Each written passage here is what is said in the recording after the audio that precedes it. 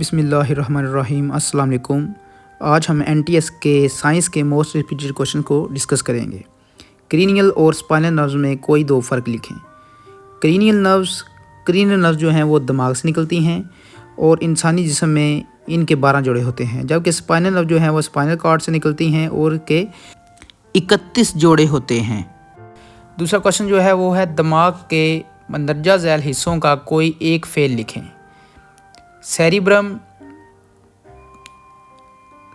Hypothalamus, cerebellum, pons, medulla oblongata और thalamus. जो cerebrum जो है ये तकरीर, फ़हम, तहलीकी सलाहियतों वगैरह को कंट्रोल करता है, जबकि हाइपोथैलेमस जो होता है ये जिस्म के दर्जा हरारत, भूख और प्यास को कंट्रोल करता है। सेरिबेलम जो है ये जिस्म में तवाज़न बरकरार रखता है और ऐन मुताबिक हरकत करता है। पोन्स या नींद निगलने, तवाज़न वगैरह को कंट्रोल करता है। जो मेडुला है ऑब्लोंगेटा ये दिल की धड़कन, सांस लेने, हाजमा वगैरह को कंट्रोल करता है। थैलेमस ये सेंसरी फॉल को कंट्रोल करता है। बायोटेक्नोलॉजी की तारीफ़ करें। बायोटेक्नोलॉजी जिंदा सेल्स, जानदारों का मसनूआत में इस्तेमाल है जो ज़िंदगी के मेयार को बेहतर बना सकते हैं। बायोटेक्नोलॉजी का जदीद जरासीमों और वायरसेस के खिलाफ हमारे मुदाफ़ती निज़ाम को मजबूत बनाने में क्या किरदार अदा है? तो इसका जवाब ये है कि वैक्सीनेशन एक ऐसा मवाद है जिसमें कमज़ोर या मुर्दा पैथोजेंस होते हैं जो बीमारियों के खिलाफ क़ुव्वत मुदाफ़त पैदा करने के लिए इस्तेमाल होते हैं। जब कोई वैक्सीनेशन इंसानी जिस्म में लगाई जाती है तो खून में मौजूद सेल्स कमज़ोर या मुर्दा पैथोजेंस के खिलाफ एंटीबॉडीज़ बनाते हैं। ये एंटीबॉडीज़ खून में हरकत में रहती है। जब कोई पैथोजन इंसानी जिस्म में दाखिल होता है तो ये पहले से मौजूद जो एंटीबॉडीज़ जिस्म में बनी हुई होती हैं ये फ़ौरन जो है उस पर अटैक करती हैं और उसको हलाक कर देती हैं और जिस्म बीमारियों से इस तरह महफूज रहता है। फर्मेंटेशन में बैक्टीरिया का किरदार, तो इसका जवाब ये है कि ये एक कैटाबॉलिक अमल है जिसमें ऑक्सीजन की मदद के बगैर ही जो शुगर है वह जुज़वी तौर पर टूट जाती है। कुछ फंजाई और बैक्टीरिया के ज़रिए लैक्टिक एसिड फर्मेंटेशन को डेयरी इंडस्ट्री में पनीर और दही बनाने के लिए इस्तेमाल किया जाता है। ब्रेड बनाने में इस्तेमाल होने वाले आटे में स्टार्च, प्रोटीन और इंजाइम जिसको अमाइलेज कहते हैं आटे में यीस्ट में मिलाया जाता है और आटे को पानी में मिलाया जाता है जिससे कार्बन डाइऑक्साइड पैदा होने से आटा बढ़ना शुरू हो जाता है। इस वजह से ब्रेड में सुराख ज़ाहिर होते हैं। उसके बाद मैग्नीशियम और कैल्शियम जो है उसको आपने उर्दू में मैग्नीशियम और क्लोरीन जो है वो लिखना है। मेटल्स और नॉन मेटल्स की कोई सी दो खसूसियात का मुआवजा करें। जो मेटल्स होती हैं, मेटल ठोस और सख्त होती हैं। मेटल्स हरारत और बिजली की अच्छी कंडक्टर होती हैं। कुछ मेटल्स को तारे बनाने और बिजली की मसनूआत बनाने में भी इस्तेमाल किया जाता है। ऑन द अदर हैंड अगर हम नॉन मेटल्स की बात करें तो नॉन मेटल्स नरम होती हैं। नॉन मेटल्स हरारत और बिजली की अच्छी कंडक्टर नहीं होती क्योंकि इसमें से करंट नहीं गुजर सकता। नॉन मेटल्स को तारें या चादरें बनाने में भी इस्तेमाल नहीं किया जा सकता। मेटल्स की खसूसियात की बजाय कोई से इसके चार जो हैं इस्तेमाल लिखें। सख्त होने की वजह से मेटल्स में सार के तौर पर लोहा, स्टील, रेलवे ट्रैक और जहाज़ वगैरह बनाने के लिए इस्तेमाल होती है। चमकदार सतहों से मेटल्स मसलन चांदी और सोना ज़ेवरात बनाने के लिए इस्तेमाल होती है।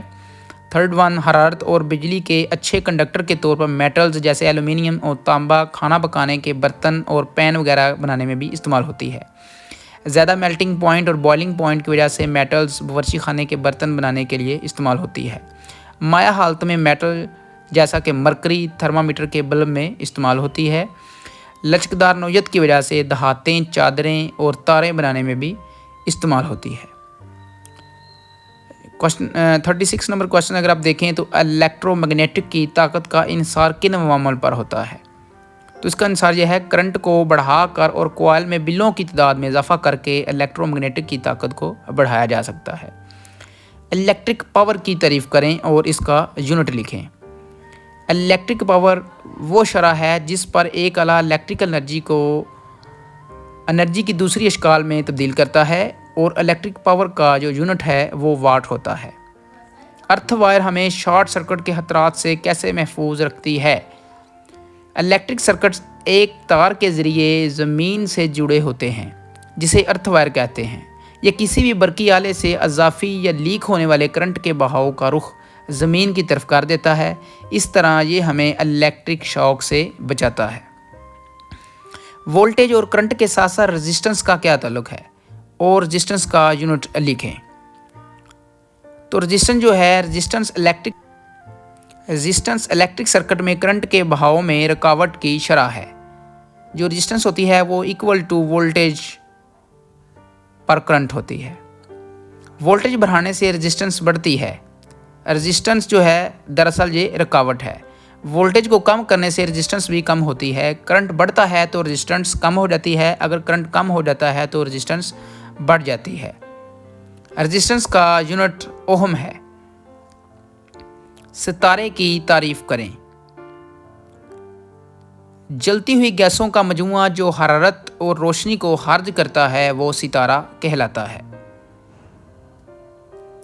न्यूट्रॉन, स्टार और पल्सार से क्या मुराद है? सूरज से 3 गुना बड़े सितारों को भारी सितारे कहते हैं। ये सितारे तेज़ी से ईंधन इस्तेमाल करते हैं। तकरीबन 50 मिलियन साल बाद इनमें मौजूद हाइड्रोजन गैस हीलियम में तब्दील हो जाती है और सुर्ख सुपर जाइंट बन जाते हैं। बाद औक़ात इन सितारों की बैरूनी कोर टूट जाती है और इनका सूरज के साइज़ का 1/3 रह जाता है। ये सितारा न्यूट्रॉन्स पर मुश्तमिल होता है, इसलिए इसे न्यूट्रॉन स्टार कहा जाता है। अगर हम पल्सार की बात करें तो ज़्यादातर एनर्जी वाली शुआएं खारिज करते हैं जो न्यूट्रॉन्स होते हैं। अगर न्यूट्रॉन स्टार घूम रहा है तो ये पल्सार कहलाता है और इसको रेडियो टेलीस्कोप की मदद से भी देखा जा सकता है। ब्लैक होल बनने की वजाहत करें। ब्लैक होल एक ऐसा जिस्म है जो इंतहाई बड़ा और भारी है। रोशनी इसमें से नहीं गुजर सकती। ब्लैक होल बनने के इम्कानात इस वक्त ज़्यादा होते हैं जब टूटते हुए सितारों के कोर का मास सूरज के मास से 3 गुना ज़्यादा हो। ज़्यादातर ग्रेविटी की वजह से सितारे का कोर इतना छोटा हो जाता है कि रोशनी भी इसमें से नहीं गुजर पाती, इसलिए इसे देखा नहीं जा सकता। इसे ग्रेविटी की वेव्स की मदद से भी देखा जा सकता है। That's all about science most repeated question. Thanks.